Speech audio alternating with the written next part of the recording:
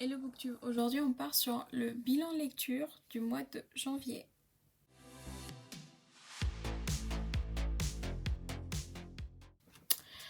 Donc oui je sais, on est en mars, mais c'est pas grave. Donc je vais prendre mon petit journal de lecture que j'ai et on va pouvoir regarder ce que j'ai lu au mois de janvier. Je crois qu'il y en avait pas mal, donc c'est parti. J'ai commencé l'année avec la lecture de Long Story Short de Lucy Jones. C'était une nouvelle romance apparue l'année dernière. C'est une romance avec la trope prof-élève qui est très bien structurée. Par contre, il manquait un peu de fin à cette histoire. J'ai trouvé que le personnage féminin, c'est-à-dire Tilly, arrivait pas à surmonter son passé. Mais par contre, l'histoire entre Griffin et Tilly est très chouette. Et j'ai adoré vraiment le groupe de potes et tout, c'est que des mecs et vraiment. Donc on est parti sur un Happy New Year, donc une romance avec un collectif de Hugo. Il y avait donc, alors je prends mes notes, c'est Dahlia Blake, Lily Blabla, Delinda Lane, Mayali Lambert et Morgane Moncombe. Donc cette histoire, en fait, c'est une histoire qui raconte le deuil de 5 sœurs qui ont perdu leur mère il y a un an. Et donc ça raconte la forme de surpasser leur deuil. Et donc chacune a une façon différente. C'est une très belle histoire, ça montre vraiment les différentes façons d'exprimer son deuil.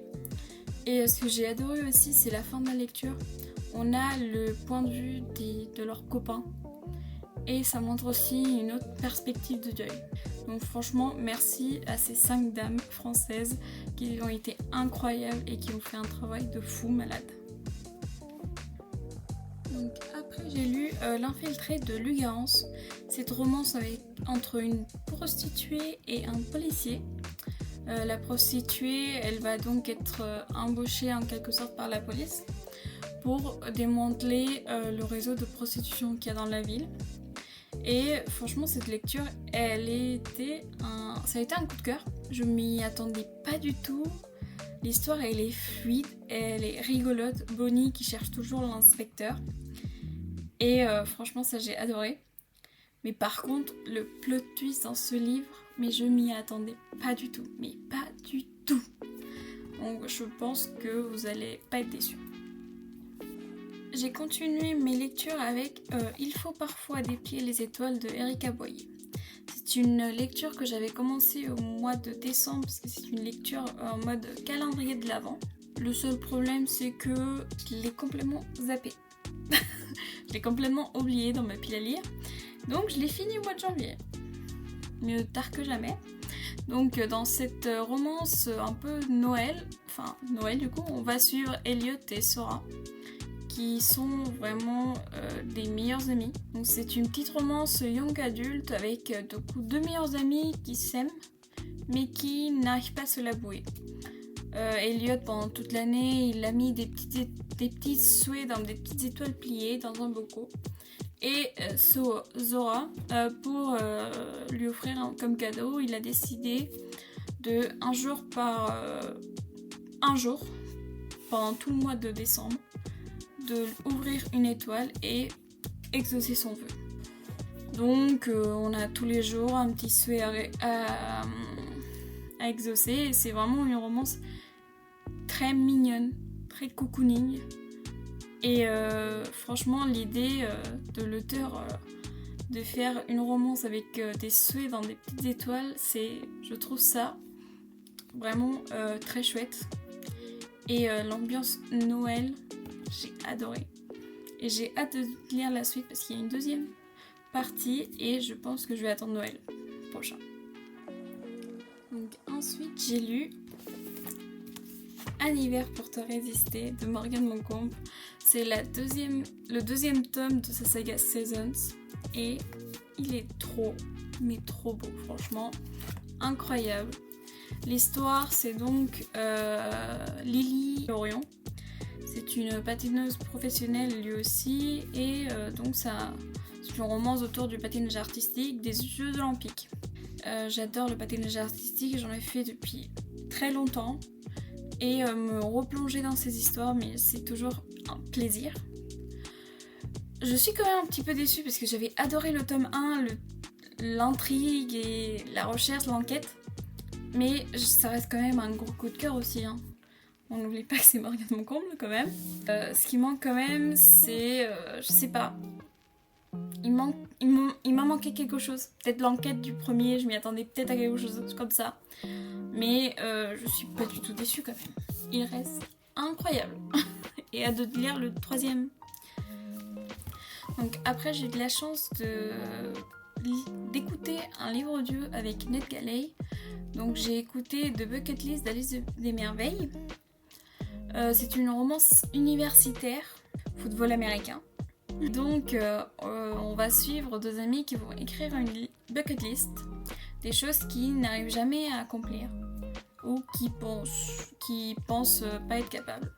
Et donc cette histoire va être très attachante, et bien sûr on s'attache à Maëlle. Venir l'aider compléter sa bucket list. Donc l'histoire, c'est vraiment essayer de récupérer le frère qui s'est perdu après la mort de son père. Et donc elle va comploter avec le capitaine de son frère pour qu'il redevienne le garçon qu'il était avant. Et tout ça avec des petits passages chocho quand même. Donc vraiment, ça reste quand même une histoire très belle et très douce. Donc après, je suis partie sur la lecture de Devil Sons, tome 3 de Chloé Wardland. Je suis désolée. Donc c'est une romance gang. J'avais déjà adoré le premier tome, il était incroyable. Avalon, Clark, toute la bande. C'est vraiment, là on va retrouver la famille. On va les retrouver tous ensemble. On va rencontrer de nouveaux personnages qui vont s'ajouter à l'équation. Ce livre, il est plus basé sur la romance entre Clark et Avalon. Donc l'histoire est très fluide. Donc après, je suis partie sur la lecture de Lexton. Bon, j'avoue, je l'ai lu entre-temps pendant d'autres livres parce que c'est une dark romance, c'est ma première dark romance. J'étais un peu mitigée au début de la commencer, mais je me suis dit bon, je vais le tenter. Tout le monde en parle, on va essayer. Je sais pas si je suis déçue ou si j'ai bien aimé. C'est très compliqué, j'adore la romance, mais la dark romance, je pense que je vais pas encore faire le cap. J'ai eu un peu de mal. La lecture, elle m'a pris quand même presque tout le mois. Donc il faut le dire, c'est pas pour tout le monde la romance, hein, je suis d'accord. Il y en a qui aiment, il y en a qui aiment pas. Moi, je suis des gens qui aiment pas encore. Et peut-être plus tard, on sait jamais. Et pour le moment, je pense que je vais rester sur la romance. Mais cette fin m'a laissé envie quand même de lire le tome 2, donc on verra. Donc, mois de janvier, j'ai eu de la chance d'être partenaire avec une autrice qui a auto-édité son livre. Et donc, c'est Marion Livrio avec Les couleurs de ton cœur. C'est une romance un peu estivale. On va rencontrer Sophia et Matteo. Matteo, il est SDF. Et Sophia, elle vient d'une famille assez aisée. Donc, on se rend compte que cette histoire, vraiment, je l'ai lue en 24 heures. Et elle est incroyable. Et donc on se rend compte que l'amour franchement n'a pas de barrière. Sophia, elle est vraiment tombée amoureuse de Matteo. Ils sont tous les deux, ils se complémentent. Ils vont s'aider et ils vont surmonter tous les obstacles que la vie va leur mettre sur les pattes. Et franchement, c'est vraiment un coup de foudre entre eux et c'est vraiment un coup de cœur ce livre. Si vous voulez l'acheter, il est sur Amazon. Je vous laisserai le lien en description. Donc pour ce mois de janvier, j'ai fini avec Wilfred. C'est le tome 2 de la saga Marble Eyes de Anna Grace. C'est un tome plus basé sur les vacances d'été. On se retrouve donc dans un camp de vacances avec Aurora et Russ. Ils pensaient être un coup d'un soir, mais finalement ils se retrouvent à travailler pendant tout l'été ensemble. Donc ça va être un été très chaud, très caliente. Et je pense que c'est une histoire que vous allez aimer. J'ai eu de la chance de l'avoir en version numérique grâce à NetGalley. Mais si je me trompe pas, il sort en version brochée en mai 2024. Donc il reste plus que quelques mois pour attendre pour le lire. Et voilà, c'est tout pour le mois de janvier. Je pense que ces 10 livres ici constatent mes lectures. C'est beaucoup de romances.